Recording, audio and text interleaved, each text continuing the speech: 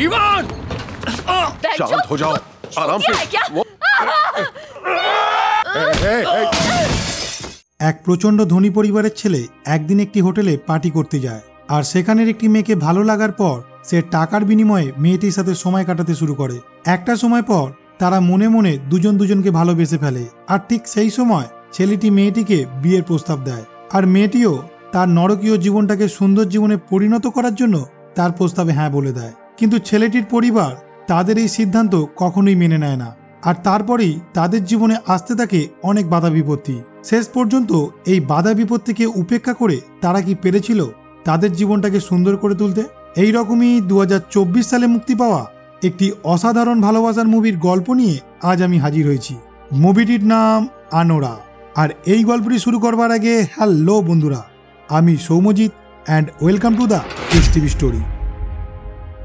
মুভির শুরুতেই দেখানো হয় ব্রুকলিনের একটি হোটেলে অনেক ছেলে মেয়ে একসাথে পার্টি করছে, আর সেখানেই আমরা 23 বছর বয়সী আনোরা বা অ্যানি নামের একটি মেয়েকে দেখতে পাই, যে সেই হোটেলে দেহ ব্যবসার কাজে যুক্ত ছিল। একদিন সেই হোটেলের মালিক অ্যানির সাথে ভানিয়া নামে 21 বছর বয়সী এক ধনী পরিবারের ছেলের সাথে পরিচয় করিয়ে দেয়। অ্যানি আর ভানিয়া দুজনে একসাথে কিছুটা সময় কাটানোর পর ভানিয়া অ্যানিকে পছন্দ করতে শুরু করে। তাই ভানিয়া কিছু টাকা দিয়ে সেই হোটেলের প্রাইভেট রুমে অ্যানিকে নিয়ে অনেকটা সময় কাটায়। তারপর ভানিয়া অ্যানিকে টাকার বিনিময়ে তার বাড়িতে আসার কথা বলে, আর অ্যানিও তার কথাতে রাজি হয়ে যায়। এর ঠিক পরের দিন সকালে অ্যানি ভানির বাড়িতে আসে, আর সেখানেই তারা একটা রুমে অনেকক্ষণ সময় কাটায়।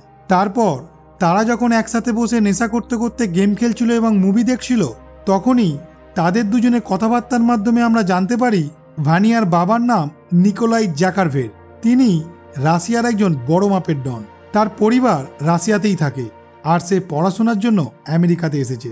এরপর অ্যানি হোটেলে ফিরে এসে তার বান্ধবীকে বলে ভানিয়া তাকে এখন এক্সট্রা টাকা দিচ্ছে তার বাড়িতে তার সাথে সময় কাটানোর জন্য। এই শুনে পাশে থাকা আর এক বান্ধবী বলে যে তুই এভাবেই আমাদের এখানের কাস্টমার নষ্ট করছিস। এই সব কথাবার্তার পর অ্যানি আবারও ভানিয়ার বাড়িতে এসে তার সাথে সময় কাটায়। তখনই ভানিয়া তাকে জানায় নতুন বছর সেলিব্রেশন করার জন্য পরের দিন সে একটা পার্টির আয়োজন করেছে, আর সেখানে তার আসা চাই। ঠিক তার পরের দিন অ্যানি আর তার বান্ধবী সেই পার্টিতে এসে সবার সাথে আনন্দ করে। এরপর ভানিয়া $15,000 বিনিময়ে অ্যানিকে এক সপ্তাহের জন্য তার গার্লফ্রেন্ড হতে বলে। অ্যানিও এই প্রস্তাব শুনে সঙ্গে সঙ্গে রাজি হয়ে যায়। এরপর অ্যানি হোটেলে এক সপ্তাহ ছুটি নিয়ে ভানিয়ার কাছে চলে আসে। কিছুদিন পর ভানিয়ার বন্ধুরা ঠিক করে তারা সবাই মিলে লাস ভেগাস বেড়াতে যাবে। ঠিক এর পরের দিন ভানিয়া, অ্যানি এবং ভানিয়ার বন্ধু বান্ধবীরা সবাই মিলে লাস ভেগাস বেড়াতে যায়। সেখানে তারা কিছুদিন সবাই মিলে প্রচুর আনন্দ করে।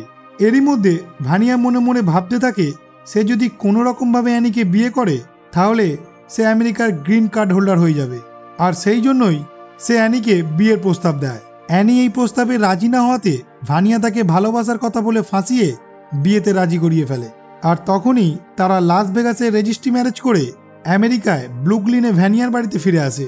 এরপর অ্যানি হোটেলের কাজ ছেড়ে দিয়ে ভ্যানিয়ার সাথে তার বাড়িতে থাকতে শুরু করে। তারপরেই ভ্যানিয়ার এই বিয়ের খবরটি পুরো রাশিয়ায় ছড়িয়ে পড়ে। আর তখনই ভ্যানিয়ার মা গালিনা আমেরিকায় তাদেরই লোক টরসকে ফোন করে তার ছেলের বিয়ের ব্যাপারটি সত্যি কিনা সেটা জানতে বলে। টরস সঙ্গে সঙ্গে তার দুজন লোক গার্ডনিক আর ইগরকে ব্রুকলিনের ভানিয়ার বাড়িতে তার বিয়ের ব্যাপারটার খোঁজ নিতে পাঠায়। তারা দুজন যখন ভানিয়ার বাড়িতে যায়, ভানিয়া গেটের বাইরে থেকে তাদের দুজনকে দেখে কিছুতেই গেটের চাবি খুলতে চায় না।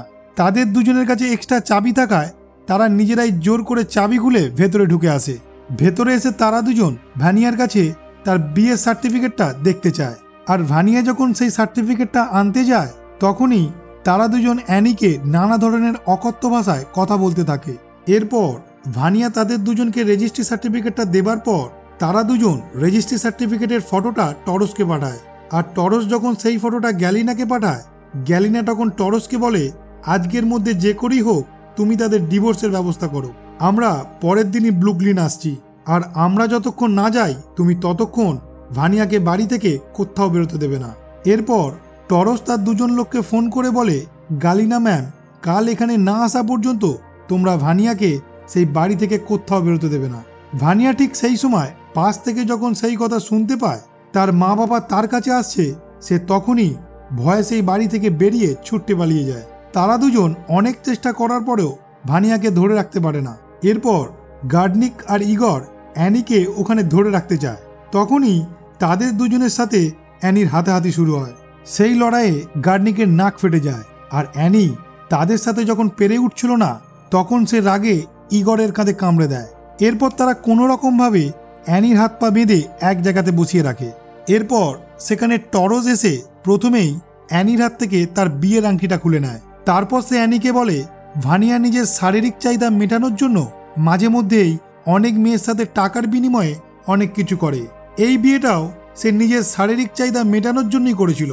তুমি তাকে ডিভোর্স দিয়ে দাও, আর এই ডিভোর্স দেওয়ার জন্য আমি তোমাকে $10,000 দেব।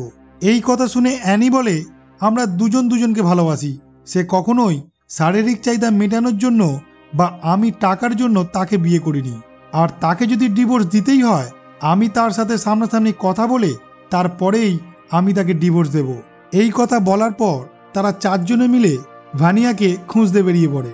এরপর তারা সারা রাত ধরে ভানিয়াকে সেই শহরের প্রতিটা বারে এবং ক্লাবে খুঁজতে থাকে, কিন্তু তারা তাকে কোথাও না পেয়ে হতাশ হয়ে যখন একটা রেস্টুরেন্টে বসে খাচ্ছিল ঠিক তখনই সেই সময় অ্যানির ফোনে একটা মেসেজ আসে। সে মেসেজ খুলে দেখে সে আগে যে হোটেলে কাজ করত সেখানেই একটা বান্ধবী তাকে মেসেজ করে জানিয়েছে তার স্বামী ভানিয়া এখন সেই হোটেলে তারই একটা বান্ধবীর সাথে প্রাইভেট রুমে সময় কাটাচ্ছে।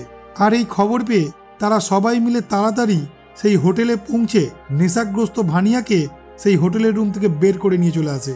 আর ঠিক সেই সময় সেই হোটেলে কিছু স্টাফের সাথে অ্যানির গন্ডগোল শুরু হয়ে যায়। ইগোর আর গার্ডনিক কোনো রকমভাবে অ্যানিকে সেখান থেকে নিয়ে বাইরে চলে আসে, আর তারপর তারা পাঁচজনে মিলে গাড়ি করে একটা ম্যারেজ রেজিস্ট্রি অফিসের বাইরে দাঁড়িয়ে থাকে সকাল হওয়ার অপেক্ষায়। গাড়ির মধ্যে অ্যানি ভানিয়ার সাথে অনেকবার কথা বলার চেষ্টা করে, কিন্তু সে এতটাই নেশা করেছিল যে তার সাথে কোনো কথাই বলে না। এরপর সকাল হলে তারা সবাই মিলে কোর্টের মধ্যে যায় অ্যানি আর ভানিয়া ডিভোর্স করাতে। কোর্টে তাদের ডিভোর্স করানোর সময় সেখানকার জজ যখন জানতে পারে তাদের বিয়েটা লাস ভেগাসে হয়েছিল, সে তখনই তাদেরকে জানায় তাদের ডিভোর্স করাতে গেলে তাদের আবারও লাস ভেগাস যেতে হবে। এখান থেকে তাদের ডিভোর্স করানো সম্ভব নয়। কোর্ট থেকে বেরিয়ে তারা সবাই একটা বিমানবন্দরে নিকোলাই আর গালিনের জন্য অপেক্ষা করতে থাকে। কিছুক্ষণ পরে নিকোলাই আর গালিনা যখন বিমানবন্দরে আসে অ্যানি তাদের সাথে রাশিয়া ভাষায় কথা বলতে যায়। তখনই গালিনা তাকে অপমান করে দূরে সরিয়ে দেয়। ঠিক সেই সময় ভানিয়া তার বাবা মায়ের কাছে স্বীকার করে সে এই বিয়েটা করে ভুল করেছে, আর সে পাশে থাকা অ্যানিকে বলে সে এই বিয়ে মানে না, সে এখন তাকে ডিভোর্স দিতে চায়। ভানিয়ার মুখ থেকে এই কথা শোনার পর অ্যানি অনেকটা কষ্ট পায়। এরপর গালিনা আর নিকোলাই তাদের প্রাইভেট প্লেনে করে সবাইকে নিয়ে লাস ভেগাস যাবার প্ল্যান করে, কিন্তু তাদের সাথে অ্যানি যেতে রাজি হয় না। উল্টে অ্যানি গালিনাকে বলে আমি আপনার ছেলেকে ডিভোর্স দেব না, আর আমি আপনাদের সবার নামে কেস করে আপনাদের অর্ধেক সম্পত্তি কেড়ে নেব। এই কথা শুনে গালিনা তাকে বলে তুমি যদি এই রকম কিছু করার চিন্তা করো তাহলে তোমাকে আমি তক্ষুনি মেরে ফেলবো। অ্যানি তার কথায় ভয় পেয়ে এবং তাদের ক্ষমতার কথা ভেবে তাদের সাথে লাস ভেগাস গিয়ে ভানিয়াকে ডিভোর্স দিতে রাজি হয়ে যায়। লাস ভেগাসে গিয়ে তাদের ডিভোর্স হয়ে যাবার পর ইগোর ভানিয়াকে অ্যানির কাছে ক্ষমা চাইতে বলে, কিন্তু গ্যালিনা তাদেরকে বলে আমার ছেলে কারোর কাছে ক্ষমা চাইবে না। তখনই অ্যানি ভানিয়া আর গ্যালিনাকে প্রচুর পরিমাণে অপমান করে সেখান থেকে বেরিয়ে যায়। এরপর ইগোর অ্যানিকে তার জিনিসপত্র নিয়ে নিউ ইয়র্কে নিয়ে যায়, আর সেখানেই তারা জাকার রব নামে একটা হোটেলে রাত্রে থাকে। সেই হোটেলে দুজনে থাকার সময় ইগোর তার কথাবার্তার মাধ্যমে অ্যানিকে বোঝাতে চায় সে মনে মনে তাকে পছন্দ করতে শুরু করেছে। অ্যানি তার কথা বোঝার পরেও সেই কথায় কোনো রকম পাত্তা দেয় না। পরের দিন সকালবেলায় ইগোর টরসের কথা মতো অ্যানিকে $10,000 দিয়ে তাকে তার বাড়ি পৌঁছে দেয়। অ্যানি গাড়ি থেকে নামার আগের মুহূর্তে ইগর তাকে গাড়ির মধ্যে তার বিয়ের আংটিটি ফিরিয়ে দেয়। তখনই ইগরের চোখে তার প্রতি ভালোবাসা দেখে অ্যানি তার সাথে যৌন সম্পর্ক শুরু করতে চেষ্টা করে, কিন্তু তখনই অ্যানির মধ্যে একটা দ্বিধাবোধ কাজ করে, আর সে তখনই ইগোর সাথে যৌন সম্পর্ক না করে কাঁদতে কাঁদতে তাকে জড়িয়ে ধরে। আর এখানেই আমরা বুঝতে পারি সে প্রথমে টাকার লোভে ভানিয়াকে বিয়ে করলেও পরে সে সত্যি সত্যি ভানিয়াকে ভালোবেসে ফেলেছিল।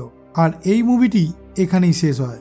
এই মুভিটির শেষে আমি একটাই কথা বলবো, কখনোই নিজের স্বপ্ন পূরণ করার জন্য কারোর বিশ্বাস বা ভালোবাসাকে নিয়ে খেলা করা উচিত নয়।